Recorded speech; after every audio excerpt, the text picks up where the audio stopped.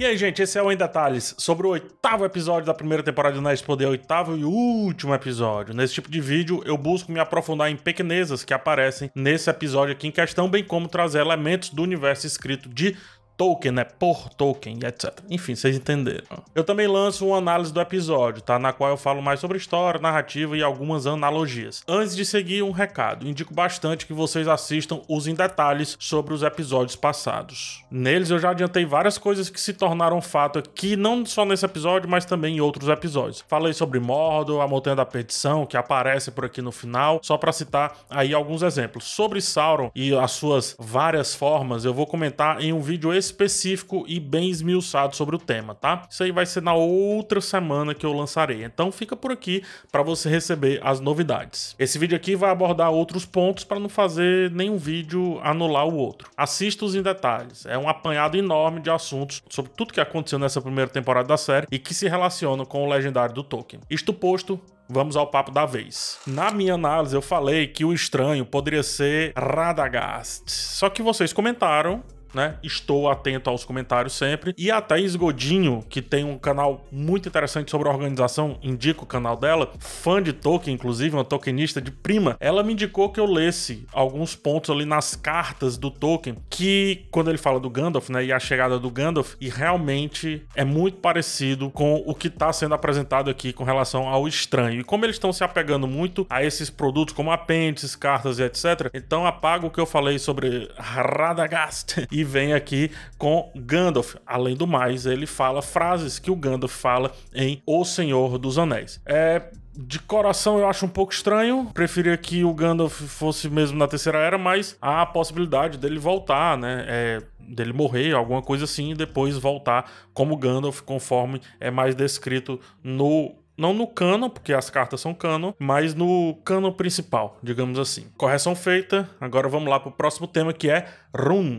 Rhûn, né? Em um dado momento, as místicas falam que precisam levar o estranho para Rhûn, porque é lá onde ele conseguirá encontrar os seus poderes e entender quem é. Deixa eu falar sobre esse local, né? Atreus, coloca o mapa aí, por favor. Rhûn estão nas terras que ficam na parte oriental da Terra-média. Elas ficam a leste de Mordor e Rhovanion. É lá onde ficam os vários grupos que foram unidos pela maldade de Sauron e por isso serviam ao Lorde das Trevas. Em Sindari, Rhûn quer dizer leste.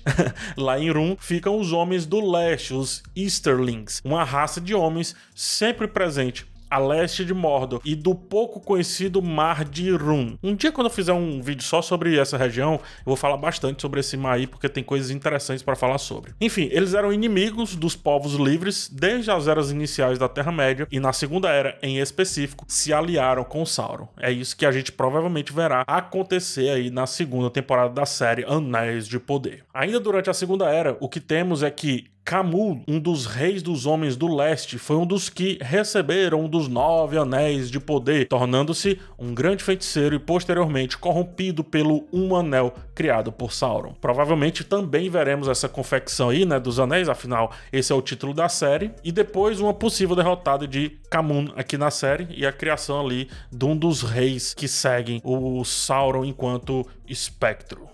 A gente viu ele lá em Seus Anéis. Tá aí na tela, né? Já botou, né, Atreus? Botou. Atreus, ele sabe. O estranho disse ser um Istar. Os Istari, o plural correto da palavra, são os 5 magos que foram para a Terra-média a fim de combater o grande mal. São eles, Curumo, Olorin, Eärendil, Alatar e Palandor. Cada um tem a sua cor que o define, como Olorin sendo o Gandalf o cinzento e Eärendil sendo Radagast o marrom. É legal esse assunto porque eu vi muita gente dizendo que Galadriel não era uma guerreira. Ela, na verdade, era uma maga e não faz sentido isso que a série fez com ela. Vamos entender aqui, tá? Só existem 5 magos na Terra-média.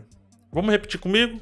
PHzinho, só existem 5 magos na Terra-média. Ainda assim, magos também podem ser guerreiros, como Gandalf, que era conhecido como o Istar mais sábio dos 5 que foram para a Terra-média. E ainda assim, ele guiava exércitos e lutava com uma espada na mão e o seu cajado na outra mão. Então, ainda que Galadriel fosse uma maga, o que ela não é, poderia ser uma guerreira também. Pois bem, todos os magos são Istari, Alatar e Palandor são os tais magos azuis. Curmo é o Saruman e os outros, o Radagast e o Gandalf, já falei. Os Istari são imortais e envelhecem muito lentamente, por isso a frase do Gandalf pro Frodo sobre o mago nunca está atrasado, assim como também o Elrond demonstrou aqui na série, que a percepção de tempo de quem vive como imortal é no mínimo confusa, estranha. No entanto, seus corpos podem ser mortos, tanto que o próprio Gandalf foi mortalmente ferido em seu duelo com um Balrog lá em Moria. E após a intervenção do próprio Eru Ilúvatar, uma espécie de deus supremo, que eu já expliquei sobre também, ele foi restaurado ao seu corpo e voltou como Gandalf, o Branco. Eram pouquíssimos os habitantes da Terra-média que tinham real ciência, sim, profundidade sobre a existência dos magos. Os próprios Istari não compartilhavam essas informações.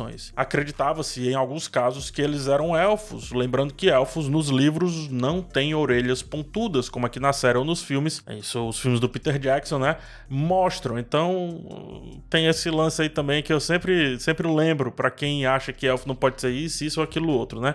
Nem orelha pontuda eles tinham, ué. Geralmente, a natureza desses seres é gentil e parceira, afinal, eles vieram pra erradicar o mal. Porém, Saruman caiu pra esse próprio mal, como a gente vê lá em O Senhor dos Anéis. Os magos, eles eram capazes também de sentimentos mortais, assim como o Gandalf sentia grande afeição pelos hobbits, como a gente está vendo aqui na série, mas também eram suscetíveis por conta disso a sensações de ganância, ciúme e desejo por poder. Além do Saruman de fato ter aceitado esse lado ruim da existência, digamos assim, há também a sugestão em Contos Inacabados que os magos azuis também podem ter sido vítimas dessas tentações durante suas jornadas no Oriente. Vimos algo muito importante acontecer, os 3 anéis de poder dos elfos foram criados. Eu vou falar um pouco sobre eles, mas tentando não dar tanto spoiler do que pode acontecer, a fim de não estragar a experiência daqueles que assistem só a série e o filme, tá? Os filmes, melhor dizendo. Vilya, o anel de Safira, Narya, o anel de Rubi e Nenya, o anel inflexível, né? O Nenya foi o único feito apenas de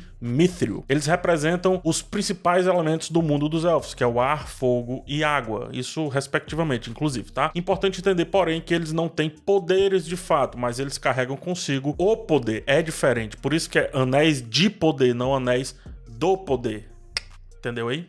Então vamos aqui abrir aspas para Elrond. Eles não foram feitos como armas de guerra ou conquista. Esse não é o seu poder. Aqueles que os fizeram não desejavam força ou dominação ou acumulavam riqueza, mas compreensão, criação e cura para preservar todas as coisas. Fecha aspas. E também agora uma citação de Silmarillion, né? Abre aspas. Aqueles que o tinham poderiam afastar as decadências do tempo e adiar o cansaço do mundo. Fecha aspas. Trago essas citações para mostrar como o que foi apresentado aqui na série é próximo das razões originais da Forja a partir de Celebrimbor e Elrond. Ambos, e depois Galadriel chegando nesse bolo, estavam buscando uma solução para a corrupção mortal que o seu povo enfrentava na Terra-média, e carregar os anéis de poder era como carregar o bem em si. Porém, perceba que Halbrand, revelado como Sauron em seguida, participou das confecções, e como sabemos bem, esses anéis também podem ser corrompidos pelo um anel que virá a ser criado por Sauron na Montanha da Perdição. Quando o Mithril é jogado na forja, perceba que o olho de Sauron fica desenhado lá, né? Dando a entender que ele está também na criação intrínseca a esses itens ultra preciosos. O momento é muito simbólico, porque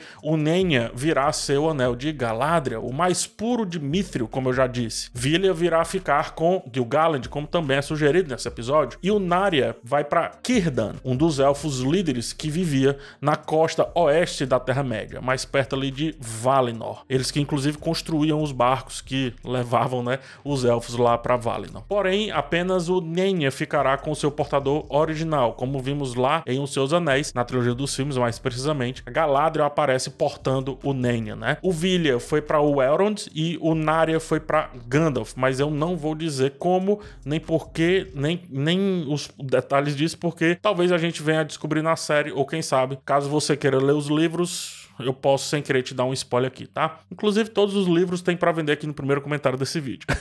Nenya quer dizer água em Quenya, Vilya quer dizer céu ou ar, e Narya quer dizer vermelho vivo ou vermelho cintilante. Então fica aí as curiosidades. Verde Mata foi citada e fique de olho nessa região, porque ela virá a ser a Treva Mata, que é mais popular aí, né, pra quem tá apegado às histórias da Terceira Era. Mas antes ela era chamada de Verde Mata porque o mal ainda não a havia dominado. Mirkwood, né, ou Treva Mata, é uma grande floresta que fica em Erovanion. O que sabemos na Segunda Era é que Orofer retirou-se de Lindon e foi para Verde Mata, onde virou por sua vez rei. Orofer construiu seus salões em Amon Lanc e foi aceito como o líder dos elfos de Madeira de Verde Mata, mais tarde conhecidos como os elfos de Treva Mata, formando o grande reino da floresta. Talvez vejamos um pouco disso na Segunda Era, ou talvez ali se a série avançar um pouco mais na terceira temporada, mas eu acho que vai ter alguma coisa relacionada a isso, já que foi tão citado aqui. A Terceira Era, só para localizar vocês aí nas histórias, a gente tinha o Thranduil, né, o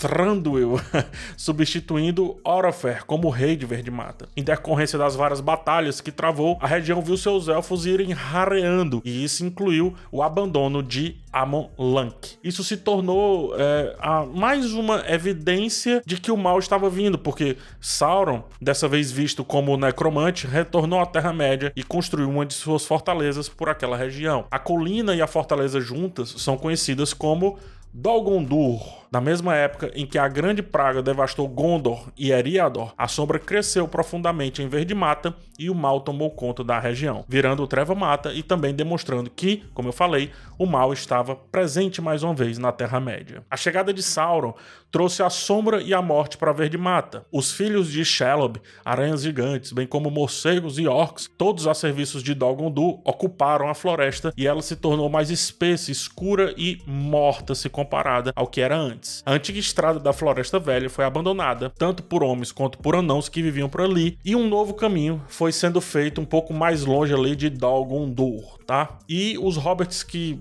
viviam ali por perto da fronteira leste da floresta também migraram um pouco mais para longe. O resto aí já é muito spoiler, então é melhor ficar por aqui. Quem sabe um dia eu volto a contar essa história. Eu quero. Em um dado momento, os pés peludos atacam as místicas com pedras certeiras. Isso é algo já estabelecido para com os pequeninos, seja aí os Harfoots agora, mas também os Hobbits. E é sobre eles que eu vou falar agora, porque o Legendário aborda um pouco mais as suas características, porém eu acredito que se aplica bastante também aos Harfoots, tá? Ao longo de sua história, os Hobbits mostraram habilidade, coragem e resistência em tempos principalmente de perigo e muito terror. Quanto mais acuados, mais eles conseguiam tirar um coelho da cartola e aceitar grandes aventuras. É o que acontece com Frodo e Sam, mas também com Bilbo, né? Lá no Hobbit, tanto no livro quanto no filme. Eu acredito que muito disso possa, como eu tava falando, ser aplicado aos Harfoots. E isso acho que a série estabeleceu com um pouco mais de firmeza. Apesar de serem lentos durante uma briga e não serem bélicos por natureza, eles eram muito ágeis com ferramentas e também ágeis para se desvencilhar das situações. Eu gosto de pensar que eles eram esguios, escorregadios ou furtivos, utilizando aí um termo do RPG. Mas uma coisa foi bem utilizada aqui, eles tinham o olhar aguçado,